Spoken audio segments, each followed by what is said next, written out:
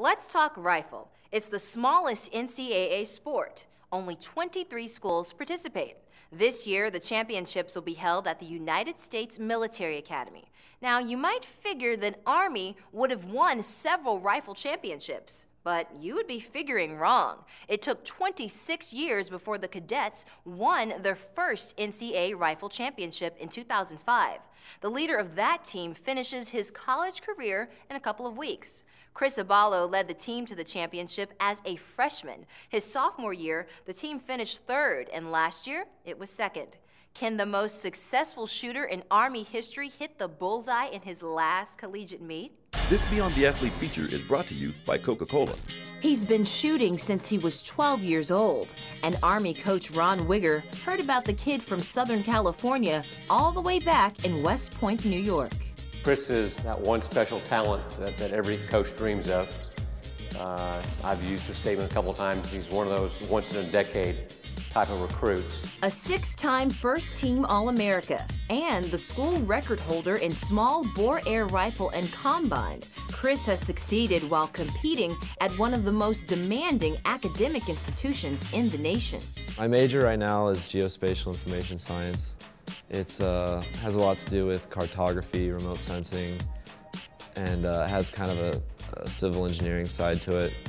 My average day, I start out about 6:30, I wake up, go to breakfast. Then we have classes from 7:30 to 12, lunch, and then classes from 12:45 to about 3, come back to my room, get ready for rifle practice, walk down the range, practice for about 3.5 hours, come back up, eat dinner, and then study the rest of the night. So pretty much my day is full of activities. I've had some rough days, and there's some points where I was like, why did I come here? But I think every cadet feels that way. And in the end, it's a lot of work, but I think that I won't regret making the decision to come here.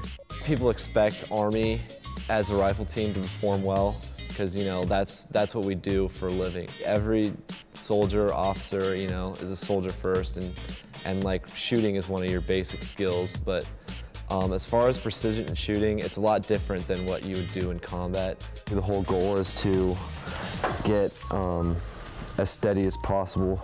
So I'm just going to tighten everything up as much as I can, get the most back support out of it as I can. And so these pants are basically just keep the lower half of your body steady. That's their whole purpose.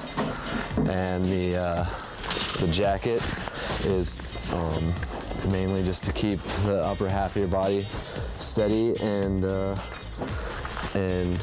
give you back support. For NCAA rifle, there's 2 events, 60 shots air rifle and 60 shots small bore. The small bore event, you shoot .22 caliber rifle, and it's in 3 positions, 20 shots prone, 20 shots kneeling, 20 shots standing. And you have 2 hours to complete that course of fire. For air rifle, it's 60 shots, all standing, and you have 1 hour and 45 minutes to complete it. The reason why it takes so long to shoot that course of fire is because, one, you have to load each shot individually. You don't have like a clip or a magazine, and it's bolt action, so that takes a little bit of time. Everyone kind of takes time picking up the rifle, aiming, and you really, the whole time you're trying to keep yourself relaxed, keep your heart rate down, and try to make yourself feel as comfortable as possible, using only bone structure, no muscles. And that whole process, for each shot, it takes about 1 minute. It's definitely a mental sport. We say it's 90% mental, 10% physical. If I don't perform well in a match, it's because I didn't have my head right going into it. All of our team members, all of our cadets are in a very stressful environment, on a daily basis.